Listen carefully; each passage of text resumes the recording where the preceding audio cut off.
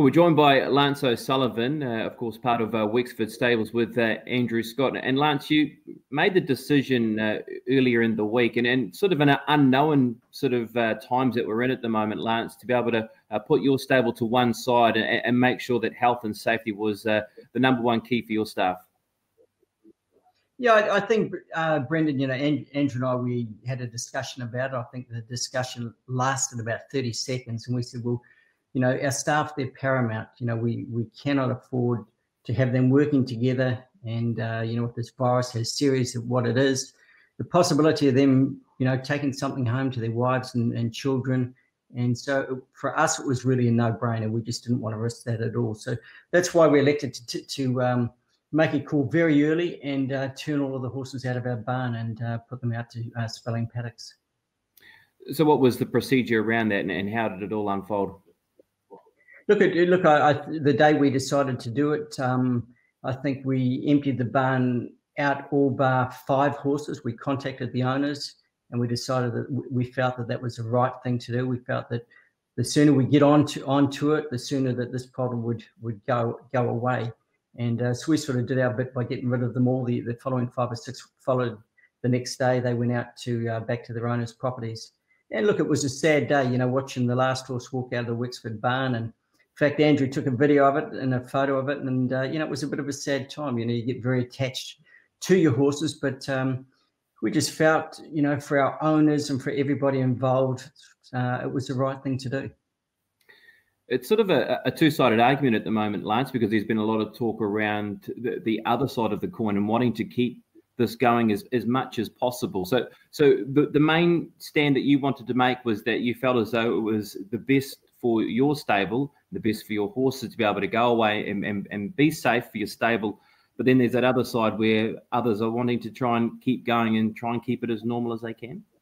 Well, I don't think racing, can really be, I know it's gone with MPI as essential. I really, that mystifies me a little bit, to be honest. I can't really see how horse racing is an essential part of, one of the things that should be carried on. And yeah, it was a little bit of a mystery to us how it could be carried on. But we didn't give any thought about anybody else, what anybody else was doing. That was their business. We were just solely concentrated on what we thought was best. I understand only yesterday the Matamata Racing Club closed their track for a 2-week period.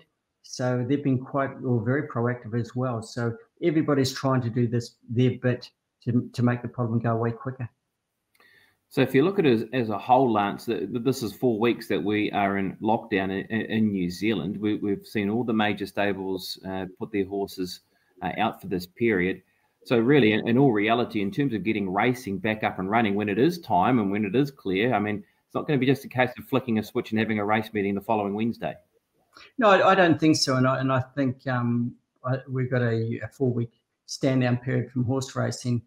And I think all of us, I'd be really surprised if we were back in 3 months, to be honest. Can't no crystal ball gaze or anything like that. But really the way it's sort of the virus is spreading and how serious it is, we're all going to take a financial hit on this by turning all of our horses out. We already have. And, we've got a big team of staff. I've been fortunate to be able to keep them all on board. I haven't made any redundant, but it's going to be one of those things. We're best to take a financial loss than a loss of life long term. And that's the way we've looked at it. But having racing back and going in a month, for me, I couldn't really see that. If we were back in 3 or 4 months, I think we'd be doing particularly well.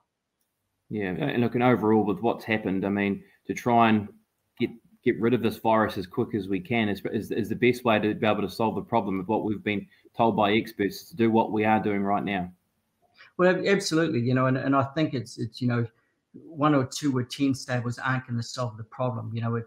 I think in every industry, no matter what it is, everybody has to do their part to make it go away. It only takes one person to continue to spread it. And, I think we just want to be one of those people who are proactive and looking to do our bit. But, how long this will linger on for, just who knows. I really don't think it's really hit us yet here in New Zealand.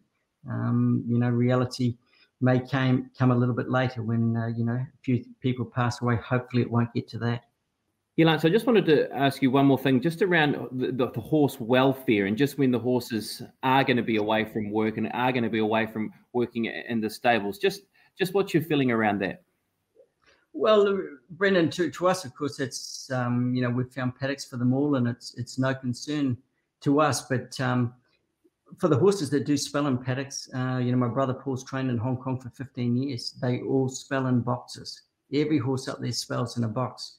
And we all know how well their horses perform on the world stage. I think Japan's the same. I think the UK's the same. When horses are out spelling, there's snow outside, and most of those spell in a box. And, of course, they might go on a walker once a day, but that's about it. So, horse welfare coming into it, I think probably the horse would be far happier in the box, in the paddock, to be honest with you. Yeah, okay. So, and in terms of feeding regimes and all those sorts of things that happen on a daily procedure, that's not going to put things out of kilter in terms of when you have your horse back in a barn, or what happens during this period to the time that you do get your horses back? Well, I think when we spell our horses, we put them on a low energy diet. We still like them to come. We don't want to be feeding them feed that's going to make them hot and make them act where they in a state where they could get hurt. So we put them on a low energy diet, and that's what they do in Hong Kong as well. I know my brother Paul feeds them hay, chaff, and very low energy food, and he has very little or no problems whatsoever with them. So it's a matter of monitoring the feed and feed them what they need. And of course, you're going to feed a horse in full racing condition far different to what you're going to have feed a horse that's out spelling in a paddock. All right, Lance. Well, it certainly is unsettling times here in New Zealand, and especially for the racing industry as a whole as well. Let's hope that this virus can go through as quick as possible. But yeah, fingers crossed when we do have racing back on the ground and also back in our TV screens as well. Big thanks for your time, Lance, and stay safe. Thank you, Brendan. Same to you. And I'm sure if we all work together in New Zealand, not only in horse racing, but in every industry or everything they do in sports or whatever, we're going to get over this sooner rather than later.